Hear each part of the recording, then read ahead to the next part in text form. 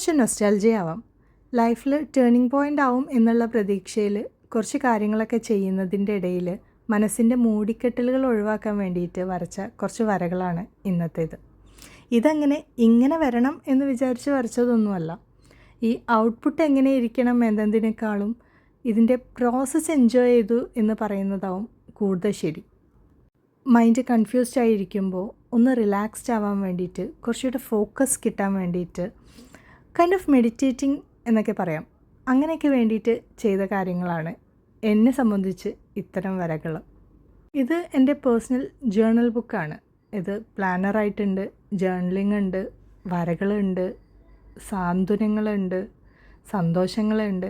അങ്ങനെ എല്ലാം കുത്തിക്കുറിച്ച ഒരു പുസ്തകമാണ്. ഇതെൻ്റെ കൂടെ ഒരു 4 വർഷത്തോളം ഉണ്ടായിരുന്നു.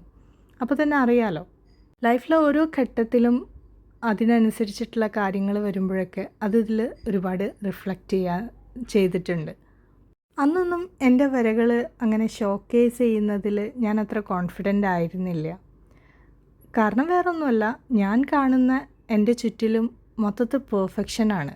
എല്ലാവരും നല്ല തെറ്റുകളില്ലാത്ത ഭംഗിയുള്ള ക്രിയേറ്റീവായിട്ടുള്ള ഐഡിയാസുകളെല്ലാം പ്രദർശിപ്പിക്കുന്നു.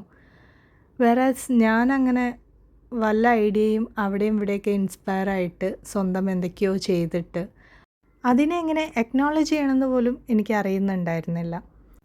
എൻ്റെ ഇൻസ്റ്റഗ്രാം അക്കൗണ്ട് ഒരുപാട് കാലം പ്രൈവറ്റ് അക്കൗണ്ടായിരുന്നു. 0 ഫോളോവേഴ്സുള്ള 0 ഫോളോയിങ് ആയിട്ടുള്ള ഒരു അക്കൗണ്ട്.